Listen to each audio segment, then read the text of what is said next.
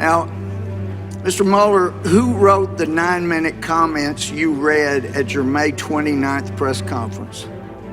I'm not going to get into that. Okay, so that's what I thought. You didn't write it. This report is laid faithfully in your hands today by United States Congresswoman, well-spoken gal, Miss Omar.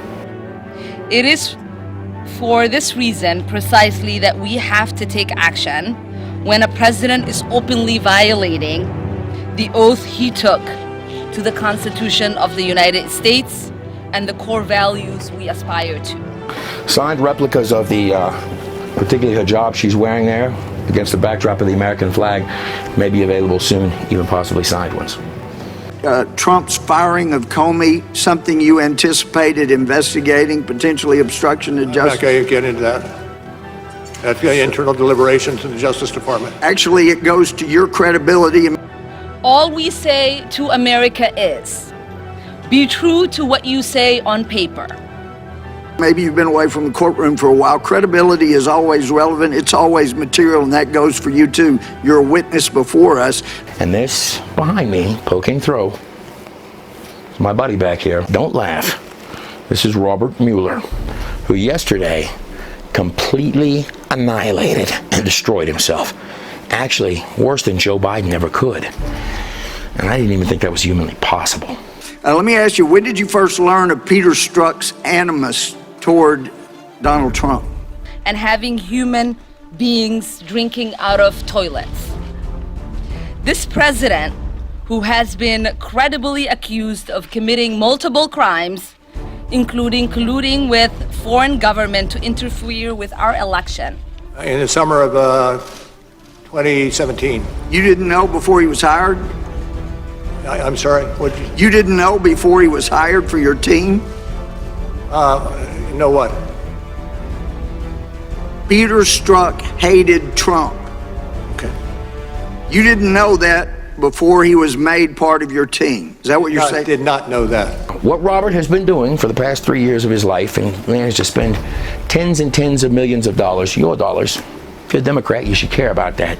They're not even giving you free lollipops, man. They're giving you empty wallets. Well, listen, regarding collusion or conspiracy, you didn't find evidence of any agreement, I'm quoting you, among the Trump campaign officials and any Russia-linked individuals to interfere with our U.S. election, correct? Correct.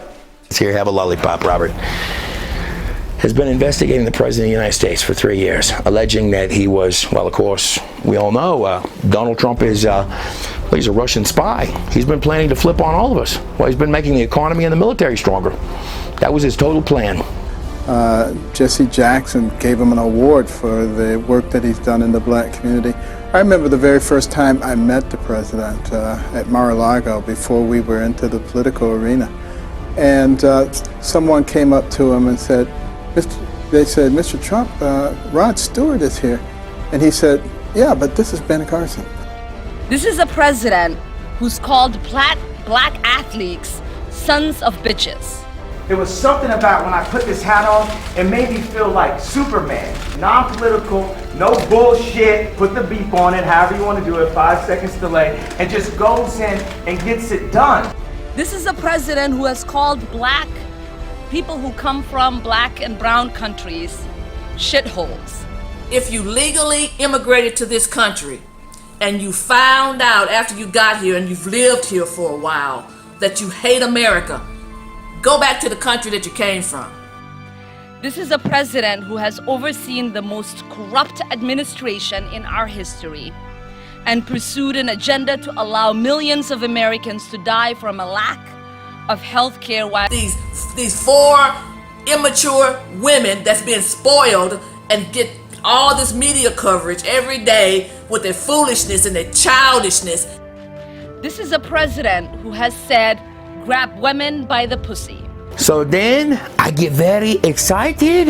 I find out he may, do this thing. But then I find out he'll not pick me. I hate Israel. Fellow Democrat Josh Gottheimer called it an anti-Semitic trope that is hurtful to so many Americans. Today, Gottheimer, along with fellow Jewish Democrat Elaine Luria, seeking signatures for a letter they plan to send to Democratic leaders, saying they are deeply alarmed by recent rhetoric from certain members within our caucus. Omar's election last fall was groundbreaking. This is a president who has overseen the most corrupt administration in our history.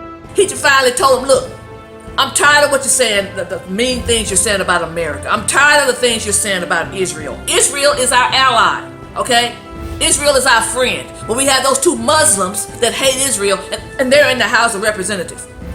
Now, I want you to listen carefully. Just take a second and suck it in. I don't care if you're a Democrat or Republican. In fact, if you're a Democrat, this is more, look, these upcoming elections that you're coming up on your country, some of it is about you. How selfish are you? A lot of people in the United States, there's a spirit of selfishness in the United States. A lot of it flowing out of your government officials. Trust me, there are a bunch of leeches suctioning off of you, and everybody thinks they're real smart, suctioning and stealing off of other people. Let me tell you this, you can't build or construct anything, even in your personal life, by stealing from other people. So let me return full circle to that question. Are you selfish enough? Let me tell you what I mean by that. Well, listen, regarding collusion or conspiracy, you didn't find evidence of any agreement, I'm quoting you, among the Trump campaign officials and any Russia-linked individuals to interfere with our U.S. election, correct? Correct. So you also note in the report that an element of any of those obstructions you referenced requires a corrupt state of mind, correct? Corrupt intent, correct. Right. And if somebody knows they did not conspire with anybody from Russia to affect the election, and they see the big Justice Department with people that hate that person coming after them, and then a special counsel appointed who hires dozen or more people that hate that person. Yeah, man.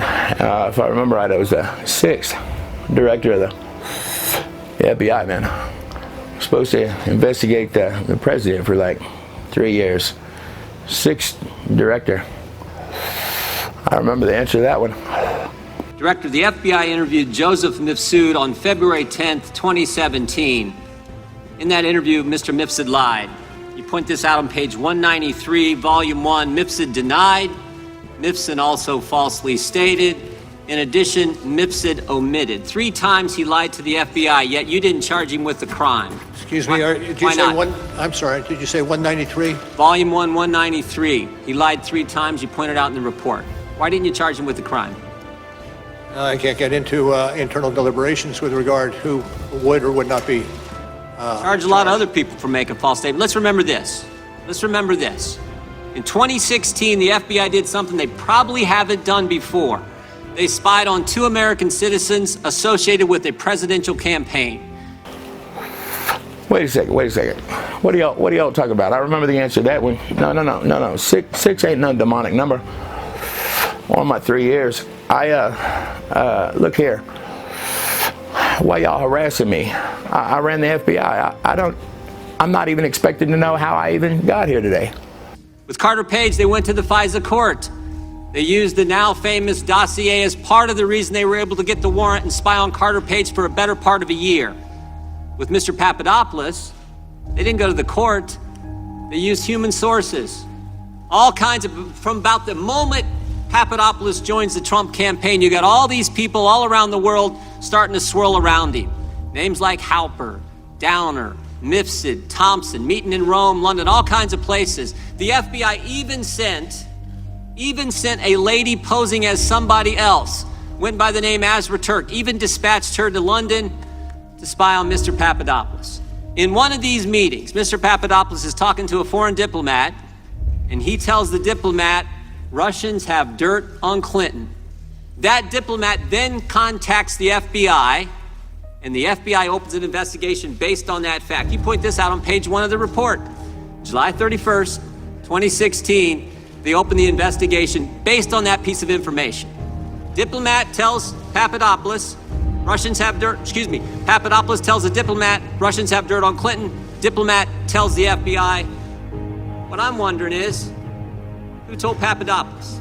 Let me clarify what I mean by that before we go a step further into this. Are you selfish enough to care about yourself? And this is what I mean by that. Selfish is not stealing a little bit with clever words and softly spoken lies to other people to grab what you can and suction the life out of projects that are lifting other people up. No, what selfish is can you care about yourself? And I don't care what race, color, creed, or where you're from. It doesn't matter in this place. Part of the foundation of this place. Are you selfish enough to say, I want to take care of my family? I don't care what any of these people who are telling lies, we're going to get to the lies in another second. Am I selfish enough to say to myself, I want to take care of my family. I want to provide for my family well. And that's going to take some work and effort, but actually less work than lying to other people, playing games with other people, all this lying and stealing and manipulation. That's actually a heck of a lot more work than just doing something with integrity. That's one of the reasons, I'll tell you the secret, that's one of the reasons that some of the stuff I do and other guys that I work with does well, because in the world of lies, truth becomes a very valuable thing. So are you selfish enough? Are you selfish enough to say, I'm going to look not at words from people, because this guy has told a lot of stuff that looks like lies. It is lies. I'm going to lay it in your hand. That's my view. It's lies. Of course it's lies. You know it's lies. And the Democrats supporting it. Quit supporting things just to save face or whatever. You begin being selfish for yourself. What's really happening for me? What's happening for my wallet? I don't want a lollipop. There's not even a free lollipop. There's just talks of a free lollipop. I want something real for my life and my family. And it doesn't come from these cats. Now you say to yourself, well, that sounds bad. In fact, that sounds pretty unchristian. He's talking about, are you selfish enough? That's right. See, if you're on an airplane, like the United States has been, and the nose is tilting down, right? And you're going straight towards the ground, and you don't know how this thing is going to come out. But you've got somebody up there that's stating, I'm going to try and pull up on the ship, right? And the air masks fall out. Now, what you could do, you could think to yourself, man, it would be selfish of me to put that air mask on before I put it on somebody sitting next to me. Man, that would be really selfish. Or you could think to yourself, if I don't put the face mask on myself, how do I possibly help anybody else? And I have never seen, America is one of the most generous lands on earth. I have never seen a poor man have the ability to give someone else a job. How'd he find out? I can't get into the evidentiary file. Yes, you can, because you wrote about it. You gave us the answer. Page 192 of the report, you tell us who told him. Joseph Mifsud.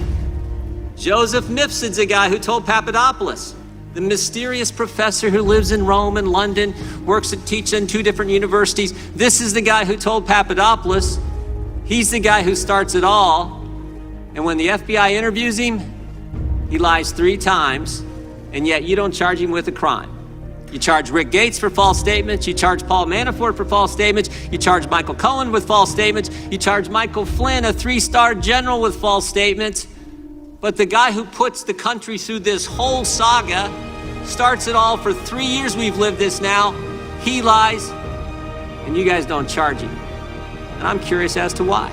Now, I want you to zoom in a little bit, and let's take a look at the sign right here on the front of the podium she's standing on.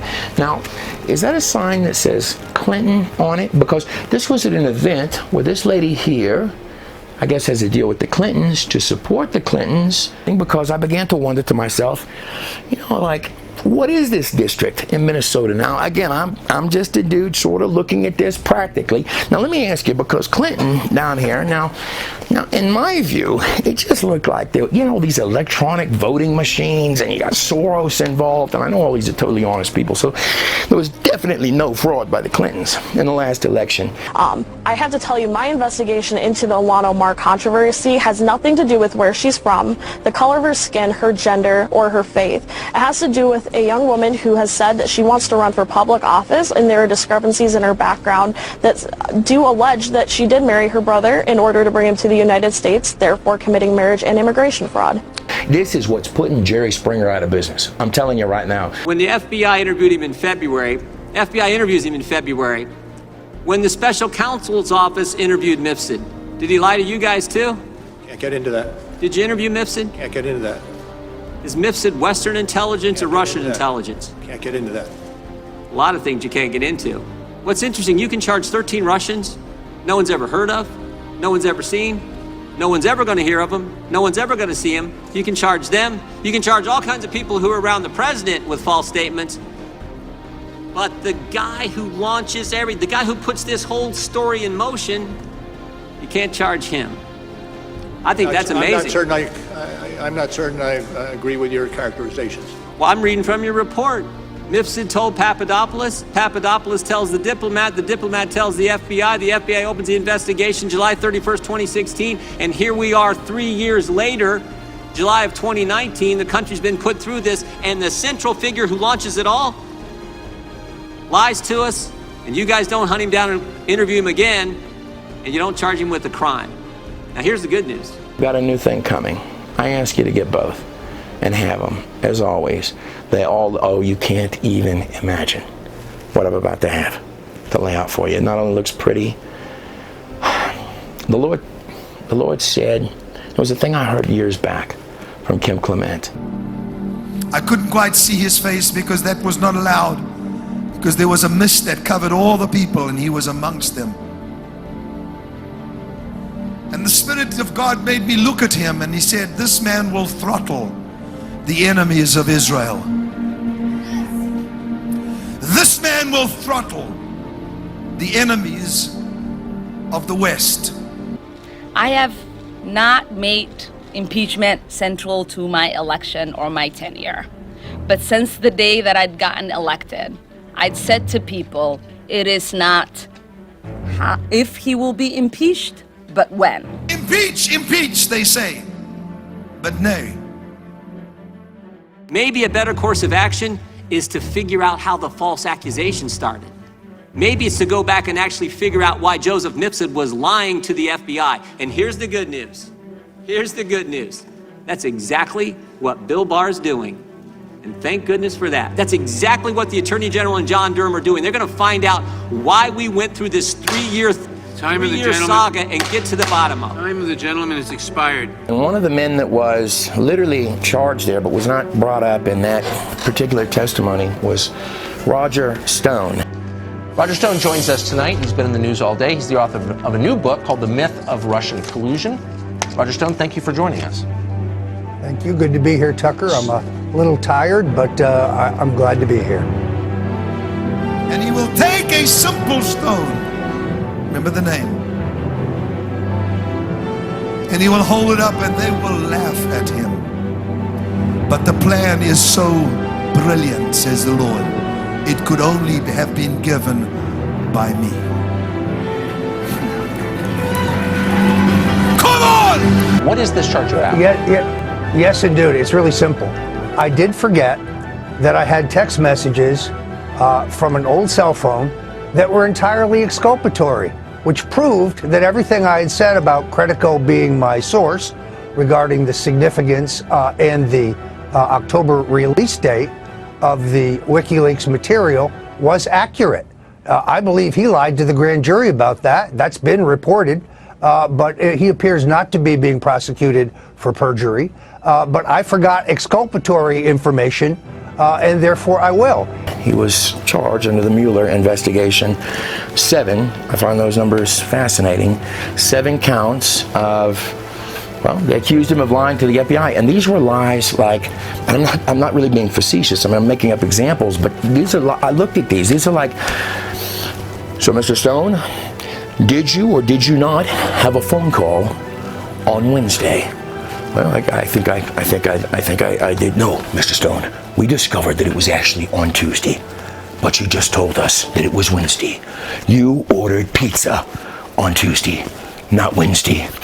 Why would you lie to us like that, Mr. Stone? I mean, these are examples of the felonies against this man, a man that has served under many presidents, been a public servant to presidents going all the way back to Nixon, who, by the way, was an amazing president. That I basically refuted and documented the refutation of virtually every charge in this indictment. The indictment is thin indeed. So what is this about?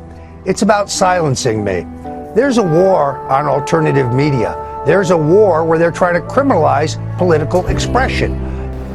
In fact, Nixon, all of the stuff that Nixon did would look like nothing compared to any of these cats today, and the shenanigans they get away with.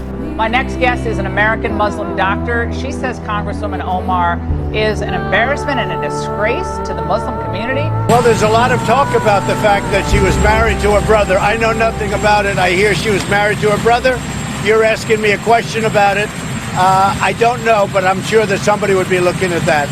Against the families of survivors of 9/11 and the families of victims of 9/11. Foremost, I'm a physician who takes care of people that have survived or had diseases complicated by the World Trade Center attacks. That was devastating remarks that I actually heard while I was in Africa, in Rwanda, commemorating a genocide there. She is depicting in this diminishment what I would describe as a profound denial of 9/11. I find it interesting that Nixon was so bad-mouthed. You know, when Nixon was a child, his mother gave him a prophecy and said, one day when you grow up, you will not only be president of the United States, this man's friend, Nixon, you will be president of the United States, but the Lord has called upon you to help Israel. He was attacked beyond belief, and he did. He played like the hand of God for Israel during his presidency. Cannot remember. Pardon? Cannot remember. Don't believe so, but I'm not going to be specific. You don't remember. But if he did, you could have been a fact witness as to the president's comments and state of mind on firing James Comey. I suppose that's possible. Yeah. So most prosecutors want to make sure there's no appearance of impropriety. But in your case, you hired a bunch of people that did not like the president. But California, I am looking at you. Gold, stone, California, a smaller statue. And God says, once you recognize the man that I have raised up, pray. For the enemy will do everything in his power to put a witch in the White House. And a special thanks to the members of the Roosevelt family who are here, and to one who is not, Eleanor. That's a real demon face with shifty eyes looking into a camera right there. The face should not be there. Because as all of you famously learned when I served as president, my wife, now the Secretary of State, was known to commune with Eleanor on a regular basis. And so she called me last night on her way home from Peru to remind me to say that Eleanor had talked to her and reminded her that I should say that. In the name of my Lord and Savior, Jesus Christ, I just pray over this nation, and I pray that there be a breaking of spiritual bondage that is held. There's a new kind of people. There's a fresh wave of people coming. I just pray a protection over this land, the United States, and a lifting up, Democrat and Republican alike. I'm hoping there's a coming together through all of this nonsense, because there's an awful lot of people on both sides that are just plain out fed up with it. This isn't a football game, guys. The job of a president, the job of those political offices is to fight for the people of this land. We may disagree on little stuff, but their job really isn't just to take for themselves on every level. You got a president taking a $1 salary.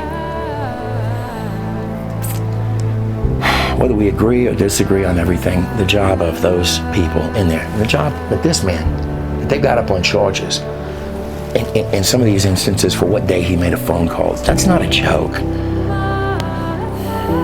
I pray for this land, and I pray for every single one of you and your families on the other side of the screen. They will shout, impeach, impeach, but this shall not happen. And then God says, highly embarrassing moments when another Snowden arises. I have said I will bring this nation to its knees. And God said, you have been humbled, and yet some more. And then you shall hear the sounds of great victory. For where are the people gathered? Where are my people gathered? Where is the sound of unity from my people?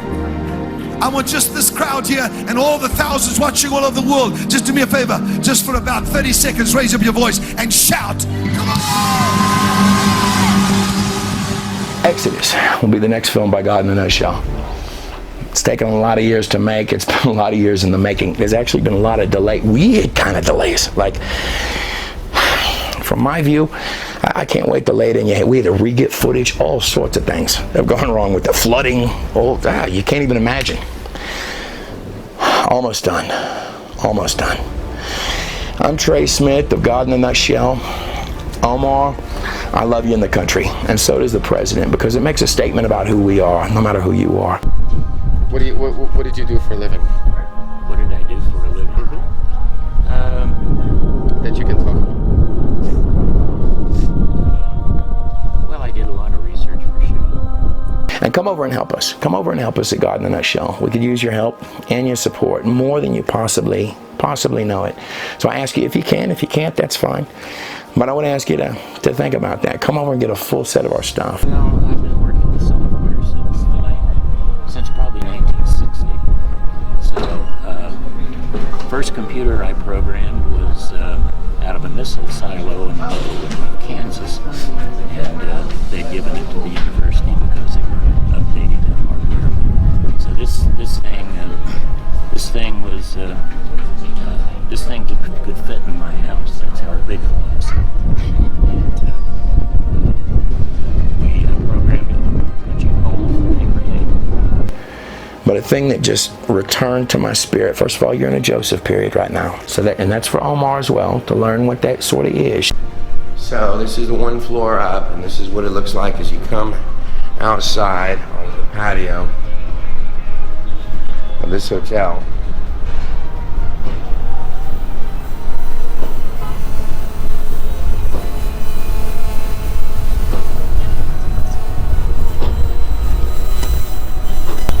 Yeah, what if we should do a 360 here? Yeah, absolutely. Well, then I need to get let me go get my Well, why don't you order some food first? I will. And then you get food coming. The Lord brought this lady here all the way from that tent in Somalia. And I know, Omar, I mean, in my view, you just married the brother. Yeah, just in my view, in my opinion. To get him legal, and all sorts of craziness is going on. And the Clintons helped you probably get in there where you are. You definitely, I mean, it wasn't Minnesota that voted you in. It was probably Soros-style voting machines. Probably. That's a guess. Probably not a bad one, is it, Omar? But here's where, come over, get a set of the new things. And the Catholic Church. Right. The other two I won't talk about. How did Shell get its name? Shell Oil Company? Seashells. Seashells. Well, their first business was paving roads for the Romans to run the chariots on. That's how they got the name Shell. And that's our back, huh? Those guys are good businessmen, I promise you. They've been around a long time. Yeah, they were selling seashells. So what is the to the Romans. objective they had with creating all of these swamps? And I mean, the creation of moral issues and transgenders and breaking families and all this stuff is to get people in poverty in control. That's easy. Well, you got Nimrod, who's in control of the people, and so you got people who want to be in control, and that's all it's ever been. And now we've got politicians that, what they really want is to be in control. It was my friend Scotty Clark back there that actually led me to, and by the way, Scott, I still owe you one of these Trump Cyrus coins. He was, and these are not knockoffs, a lot of imitations out there. When you get one of these, you've not only supported God in a Nutshell and Israel, but the Third Temple in Israel. And you're owning a piece of history. Scott Clark, this one's coming to you. I still owe you a coin. Scott was the one that was on the phone with me while people were saying these were conspiracy, and they're made, by the way, by the book. You're holding something historical in your hands. One of these, not a knockoff, but one that's in my hand. You're holding something genuine. Not only is this little video here going up right the weekend before the election, But on our Prophecy of Trump video, that it had pulled 700,000 views in 7 days on October 7th. And that clock right there started from the moment after the upload when we approved it for public view. He would be, on the day of the presidential inauguration, the day he puts his hand on the Bible and goes through the oath of the presidency, he would be 70 years old and 7 months and 7 days. That would be his age.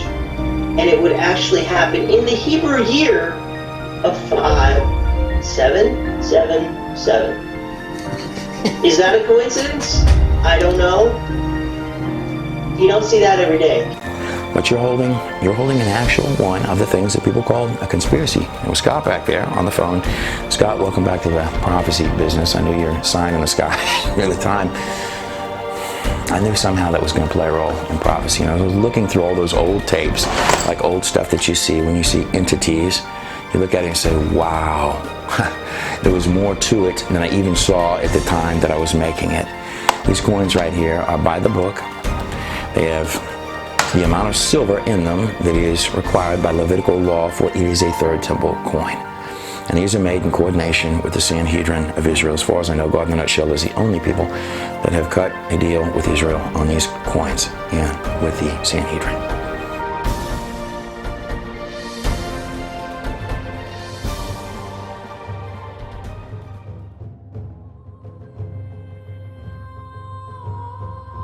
Oh wait, one last little second here. I do have a special guest in today, and give me one hot moment. I have a person I think you really will want to hear from that would like to have a word with you.